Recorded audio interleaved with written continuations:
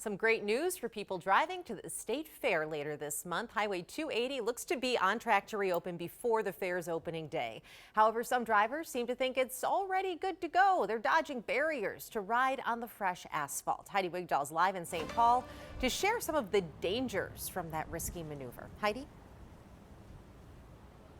Hi, Lauren. MnDOT says last week they saw a handful of drivers enter the work zone, putting crews in a dangerous situation. And this comes as MnDOT gets ready to reopen the highway by the end of the month. On University Avenue in St. Paul. I know, it's everywhere. Black coffin tattoos work may be permanent, but they're grateful what's happening outside their shop is temporary. Every day I come to work, I feel like I have to find a new way to get here because there's always new roads closed. I don't build roads, so I do tattoos. Owner Garrett Rodio says he picked this location because it's the main vein between Minneapolis and St. Paul. St. Paul people don't like to go to Minneapolis. Minneapolis people don't like to go to St. Paul. We're right in the middle. We're one turn off of 94. It's easy to get to.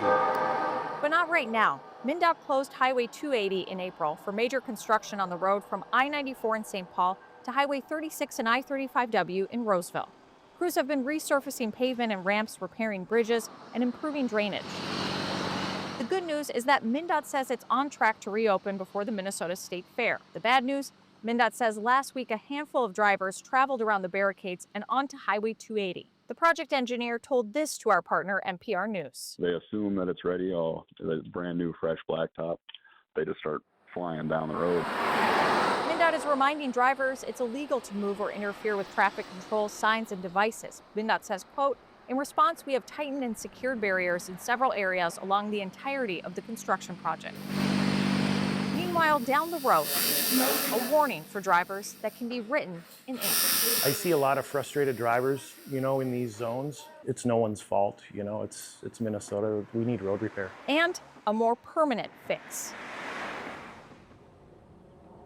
You can expect 280 to be back open by August 22nd, and MnDOT says once it reopens, it'll stay open. They'll still have more construction to do, but that can be done through lane and ramp closures. Back to you.